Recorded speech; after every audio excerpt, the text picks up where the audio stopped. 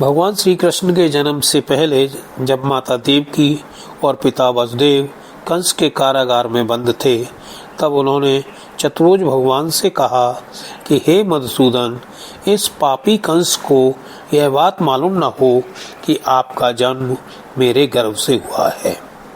मेरा धैर्य टूट रहा है। आपके लिए मैं कंस से बहुत डर रही हूँ। श्री भगवान ने कहा, देवी, स्वयंभू मनवंतर में जब तुम्हारा पहला जन्म हुआ था, उस समय तुम्हारा नाम था प्रश्री और ये वसुदेव सुतपा नाम के प्रजापति थे। तुम दोनों के हृदय बड़े ही शुद्ध थे।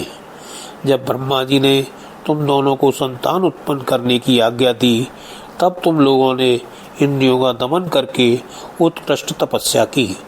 तुम दोनों ने वर्षा, वायु, घाम, शीत, उष्ण आदि काल के विभिन्न गुणों को सहन किया और प्राणायाम के द्वारा अपने मन के मल धो डाले। तुम दोनों कभी सूखे पत्ते खा लेते और कभी हवा पीकर ही रह जाते। तुम्हारा चित्त बड़ा शांत था। इसका तुम लोगों ने मुझसे अभीष्ट वस्तु प्राप्त करने की इच्छा से मेरी आराधना की। मुझ में चित्त लगाकर ऐसा परम दुष्कर और घोर तप किया। पुण्यमय देवी, उस समय मैं तुम दोनों पर प्रसन्न हुआ, क्योंकि तुम दोनों ने तपस्या, श्रद्धा और प्रेम भरी भक्ति से अपने हृदय में नित्य निरंतर मेरी भावना की थी। उस समय तुम दोनों की अभिलाषा पूर्ण करने के लिए वर देने वालों का राजा मैं इसी रूप में तुम्हारे सामने प्रकट हुआ। जब मैंने कहा कि तुम्हारी जो इच्छा हो मुझसे मांग लो, तब तुम दोनों ने मेरे जैसा पुत्र मांगा। उस समय तक विषय भोगों से तुम्हारा कोई संबंध नहीं हुआ था। तुम्हारे कोई संतान भी नहीं थी। इसलिए मेरी माया से मोहित होकर तुम लोगों ने मुझसे मोक्ष नहीं मांगा। तुम्हें मेरे जैसा पुत्र होने का वर प्राप्त हो गया और मैं वहां से चला गया। अब सफल मनोरथ होकर तुम लोग विषयों का भोग करने लगे। मैंने देखा कि संसार में शील, स्वभाव, उदारता तथा अन्य गुणों में मेरे जैसा दूसरा कोई नहीं है। इसलिए मैं ही तुम दोनों का पुत्र हुआ और उस समय मैं प्रश्नगर्भ के नाम से विख्यात हुआ। फिर दूसरे जन्म में तुम हुई अदिति और वसुदेव हुए कश्यप। उस समय भी मैं तुम्हारा पुत्र हुआ। मेरा नाम था उपेंद्र। शरीर छोटा होने के कारण लोग मुझे वामन भी कहते थे। सती देव की तुम्हारे तीसरे जन्म में भी मैं उसी रूप में फिर तुम्हारा पुत्र हुआ हूँ। भगवान श्री कृष्ण ने विचार किया कि मैंने इनको वर तो यह दे दिया कि मेरे सदृश पुत्र होगा, परंतु इसको मैं पूरा नहीं कर सकता, क्योंकि वैसा कोई है ही नहीं। किसी को कोई वस्तु देने की प्रतिज्ञा करके पूरी ना कर सके तो उसके समान तिगुनी वस्तु देनी चाहिए। मेरे सदृश पदार्थ के समान मैं ही हूँ, अतः मैं अपने को 3 बार इनका पुत्र बनाऊंगा। मैंने तुम्हें अपना यह रूप इसलिए दिखला दिया है जिससे तुम मेरे पूर्व अवतारों का स्मरण हो जाए। यदि मैं ऐसा नहीं करता तो केवल मनुष्य शरीर से मेरे अवतार की पहचान नहीं हो पाती। तुम दोनों मेरे प्रति पुत्र भाव तथा निरंतर ब्रह्म भाव रखना। भगवान इतना कहकर चुप हो गए। अब उन्होंने अपनी योग माया से माता पिता को देखते देखते तुरंत एक साधारण शिशु का रूप धारण कर लिया। भगवान कृष्ण का जन्म भाद्रपद मास की अष्टमी को मध्य रात्रि में रोहिणी नक्षत्र में 12 बजे हुआ। आकाश में सभी नक्षत्र, ग्रह और तारे शांत और सौम्य हो रहे थे। दिशाएं स्वच्छ प्रसन्न थी। निर्मल आकाश में तारे जगमगा रहे थे। पृथ्वी के बड़े बड़े नगर, छोटे छोटे गांव, हीरों की बस्तियां और हीरे आदि की खानें मंगलमय हो रही थी। नदियों का जल निर्मल हो गया था। उस समय परम पवित्र और शीतल मंद वायु अपने स्पर्श से लोगों को सुखदान करती हुई बह रही थी। ब्राह्मणों के अग्निहोत्र की कभी न बुझने वाली अग्नियां जो कंस के अत्याचार से बुझ गई थीं, वे इस समय अपने आप जल उठी। संत पुरुष पहले से ही चाहते थे कि असुरों की मात्रा न बढ़े। अब उनका मन सहसा प्रसन्नता से भर गया। जिस समय भगवान के आविर्भाव का अवसर आया, स्वर्ग में देवताओं की धुंधवियां अपने आप बज उठी। जैसे अंतःकर्म शुद्ध होने पर उसमें भगवान का आविर्भाव होता है, श्री कृष्ण अवतार के समय भी ठीक उसी प्रकार का वर्णन है। काल, भगवान काल से परे हैं।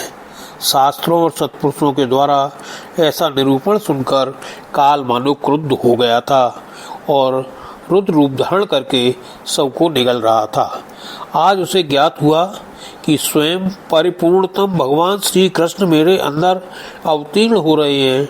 तब वह आनंद से भर गया और समस्त सद्गुणों को धारण कर तथा सुहावना बनकर प्रकट हो गया। दिशा, शास्त्रों में दिशाओं को देवी माना गया है।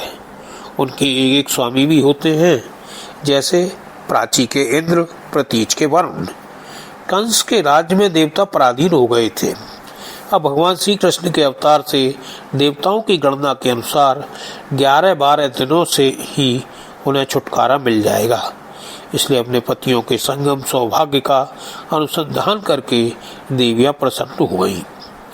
जो देव एवं दिशा के परिच्छेद से रहित है, वे ही प्रभु भारत देश के ब्रज प्रदेश में आ रहे हैं। यह अपूर्व आनंदोत्सव भी दिशाओं की प्रसन्नता का कारण है। भाद्र अर्थात भद्र अर्थात कल्याण देने वाला कृष्ण पक्ष स्वयं कृष्ण से संबद्ध है। अष्टमी तिथि पक्ष के बीचों बीच संधि स्थल पर पड़ती है। रात्रि योगी जनों को प्रिय है। निशीथ यतियों का संध्या काल और रात्रि के 2 भावों की संधि है। भगवान ने यह सोचकर रोहिणी नक्षत्र में जन्म लिया, जिससे रोहिणी यह न समझे कि भगवान ने देवकी के गर्भ से जन्म लिया, तो रोहिणी के संतोष के लिए कम से कम रोहिणी नक्षत्र में जन्म तो लेना ही चाहिए। अथवा चंद्रवंश में जन्म ले रहा हूँ तो चंद्रमा की सबसे प्यारी रोहिणी में ही जन्म लेना उचित है।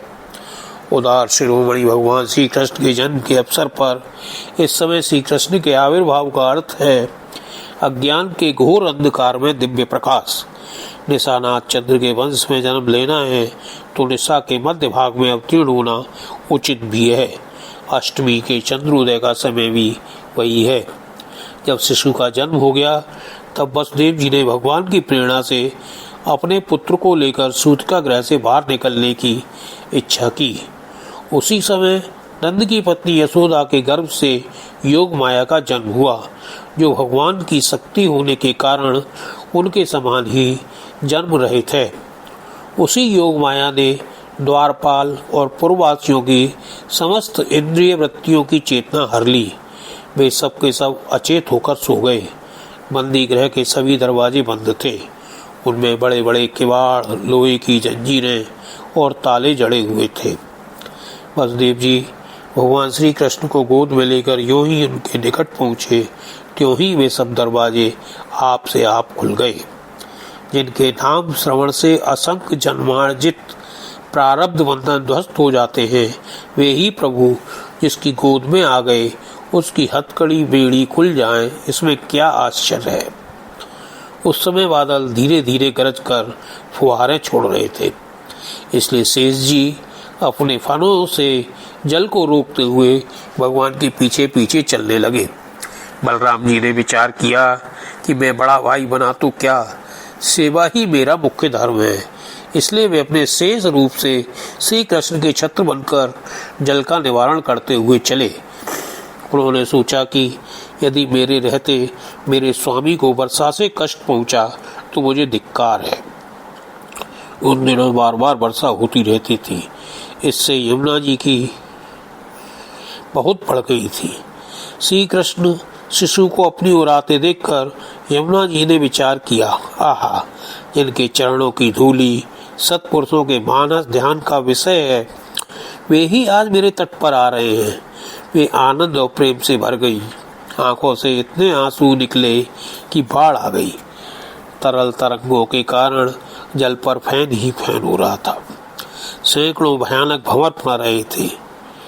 जैसे सीतापति भगवान श्री राम जी को समुद्र ने मार्ग दे दिया था, वैसे ही यमुना जी ने भगवान को मार्ग दे दिया। एकाएक यमुना जी के मन में विचार आया कि मेरे अगाध जल को देखकर कहीं श्री कृष्ण यह ना सोच लें कि मैं इससे खेलूंगा कैसे। इसलिए वे तुरंत कहीं कंठ भर, कहीं नाभि भर और कहीं घुटनों तक जल वाली हो गई। मुझे यमराज की बहन समझकर श्री कृष्ण अपनी आंख न फेर ले, इसलिए वे अपने विशाल जीवन का प्रदर्शन करने लगी। सैकड़ों भयानक भंवर पड़ रहे थे। यमुना जी सोचने लगी कि मेरी नीरसता देखकर श्री कृष्ण कहीं जल क्रीड़ा करना और पटरानी बनाना अस्वीकार न कर दें। इसलिए वे उच्छृंखलता को छोड़कर बड़ी विनय से अपने हृदय की संकोचपूर्ण रसनीति प्रकट करने लगी। यमुना जी ने भगवान को मार्ग देते समय सोचा कि जब इन्होंने सूर्य वंश में रामावतार ग्रहण किया, तब मार्ग न देने पर चंद्रमा के पिता समुद्र को बांध दिया। अब ये चंद्र वंश में प्रकट हुए हैं और मैं सूर्य की पुत्री हूँ। यदि मैं इन्हें मार्ग न दूंगी तो ये मुझे भी बांध देंगे। इस डर के मारे मानो यमुना जी दो भागों में बट गई। यमुना जी सोचती है कि मेरा नाम कृष्णा, मेरा जल कृष्ण, मेरे बाहर श्री कृष्ण है, फिर मेरे हृदय में भी उनकी स्फूर्ति क्यों ना हो। ऐसा सोचकर मार्ग देने के बहाने यमुना जी ने श्री कृष्ण को अपने हृदय में ले लिया। सत्पुरुष कहते हैं कि हृदय में भगवान के आ जाने पर अलौकिक सुख होता है। मानो उसी का उपयोग करने के लिए यमुना जी ने भगवान को अपने भीतर ले लिया। बसदेव जी ने नंद बाबा के गोकुल में जाकर देखा कि सब के सब गोप नींद में अचेत पड़े हुए हैं। उन्होंने अपने पुत्र को यशोदा जी की सैया पर सुला दिया और उनकी नवजात कन्या लेकर बेबंदी गृह में लौट आए। जेल में पहुंचकर बसदेव जी ने उस कन्या को देवकी की सैया पर सुला दिया और अपने पैरों में बेड़ियां डाल ली तथा पहले की तरह बेबंदी गृह में बंद हो गए। भगवान श्री कृष्ण ने इस प्रसंग में यह प्रकट किया है कि जो मुझे प्रेम पूर्वक धारण कर लेता है उसके बंधन खुल जाते हैं, जेल से छुटकारा मिल जाता है, बड़े बड़े फाटक टूट जाते हैं, पहरेदारों का पता नहीं चलता, भव नदी का जल सूख जाता है, इंद्रिय समुदाय की वृत्तियां लुप्त हो जाती हैं और माया हाथ में आ जाती है। बोल बांचल चंद्र भगवान की जय।